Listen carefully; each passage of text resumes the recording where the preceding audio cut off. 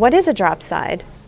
A drop side is the movable side of the crib that gives mom, dad, grandma, or any caregiver easier access to the inside of a crib.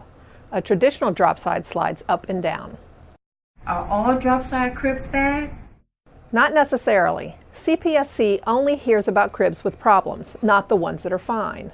On the whole, a drop side crib has a tendency to be less structurally sound than an identical fixed-sided crib, and thus it is more susceptible to problems from use, being moved, storage, and assembly. How can I tell whether my crib is safe for my baby? Every time you change the sheets, check that all visible hardware, every bolt, screw, track, and clamp is securely in place. Make sure the drop side is on its track and functions well.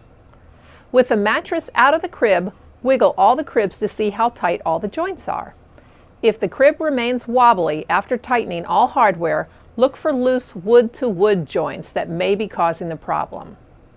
Stop using the crib if loose wood-to-wood joints are found or if you cannot fully tighten any screw. Also, if one side of your crib is loose, do not push that loose side against the wall and continue to use the crib.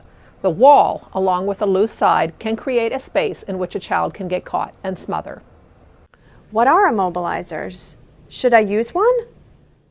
Immobilizers are protective devices that stop drop sides from moving up, down, and outward. If your manufacturer makes an immobilizer specifically for your crib, CPSC staff recommends that you get one and install it on your crib. Only use immobilizers on cribs that don't have missing or broken hardware. These devices protect your crib's hardware and limit movement so that a child can't get stuck between the drop side and the rest of the crib. Can I just fix my crib myself? Do not try to fix your crib. Do-it-yourself crib repair can be very dangerous and the results can be deadly. Infants and toddlers have died in crib with makeshift repairs. Untested screws can loosen and all kinds of tape, wire, and zip ties stretch, no matter how tight they may be at first. My crib has a drop side, but I don't use my drop side. Do I still need to check my crib?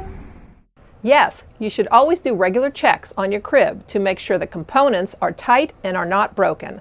Parts can still break and become loose even if the drop side is not used. My crib has broken or missing pieces. Now what? Stop using the crib and contact the manufacturer and report the problem to the CPSC.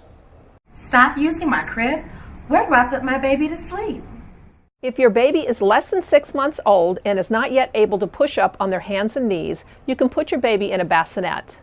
If your child is older, you can use a play yard. If you believe your child is too big or able to climb out of a play yard, use a mattress on the floor or a toddler bed.